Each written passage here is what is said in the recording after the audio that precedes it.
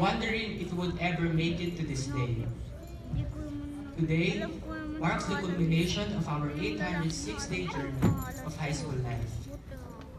However, now we can finally say that we have made it.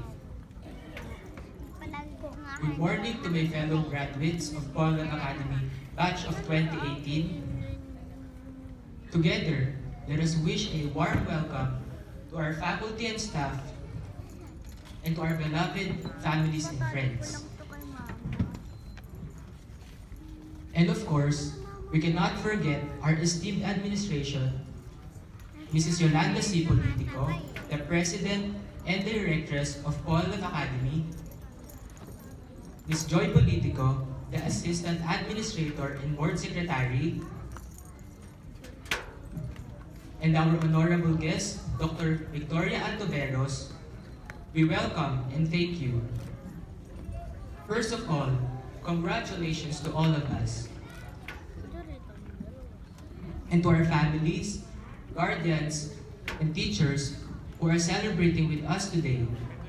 For you too can finally exhale a breath of relief because we have made it to this milestone.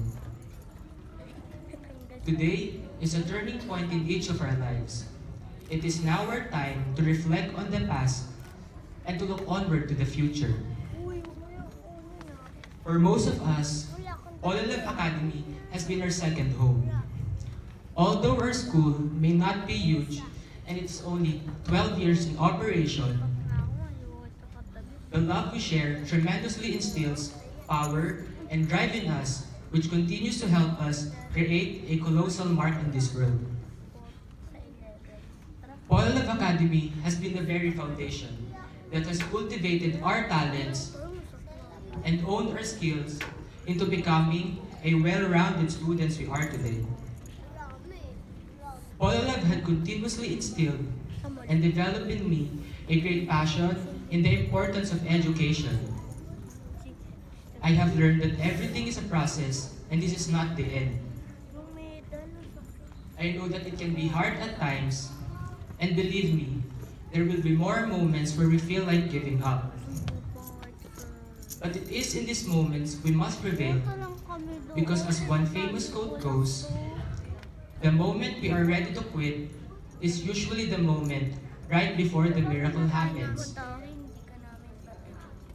Before we leave our home and make our marks in the real world, I want each and every one of us to promise ourselves one thing today. Promise ourselves that we will always keep our heads up and never give up, no matter what. As for our families, guardians, and teachers, it is a misconception that as we grow older, we will need you less. The truth is, the older we get is when we will need you the most. From this moment on, our lives will change and your guidance will be the most important to us. Promise us that you will stay by our sides and never give up on us, no matter how tiring or challenging we may get. I am incredibly blessed to not only have an extremely hardworking and talented mother who is my main source of inspiration and motivation, but also to my two siblings, Tony and Mark, my titos and titas, and my grandparents who never stop giving me their love and support.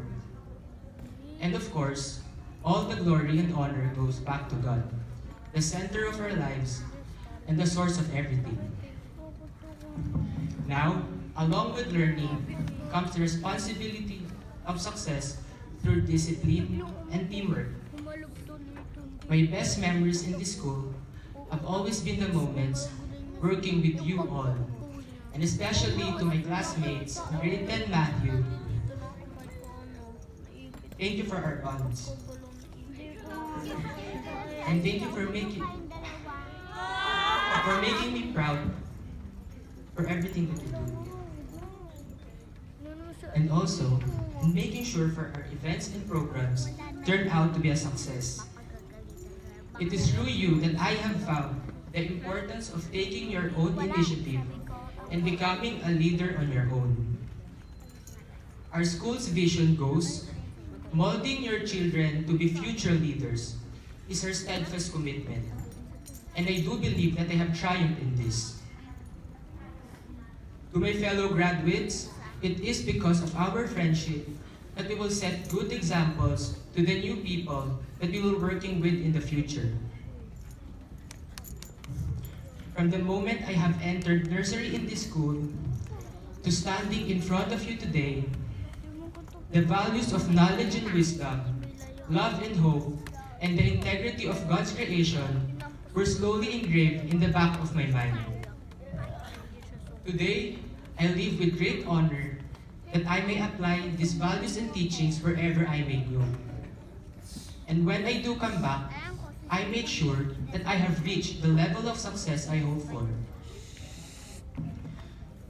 I promise to make not only my family, friends, and guardians proud, but of course, my beloved school, the Polylab Academy. As for my fellow graduates, let us hold on to this base, to these memories, for this will be the base that will guide us into the right direction. I pray that we continue living your lives to your heart's content as we reach for the stars. Once again, congratulations to the graduates of 2018. Thank you.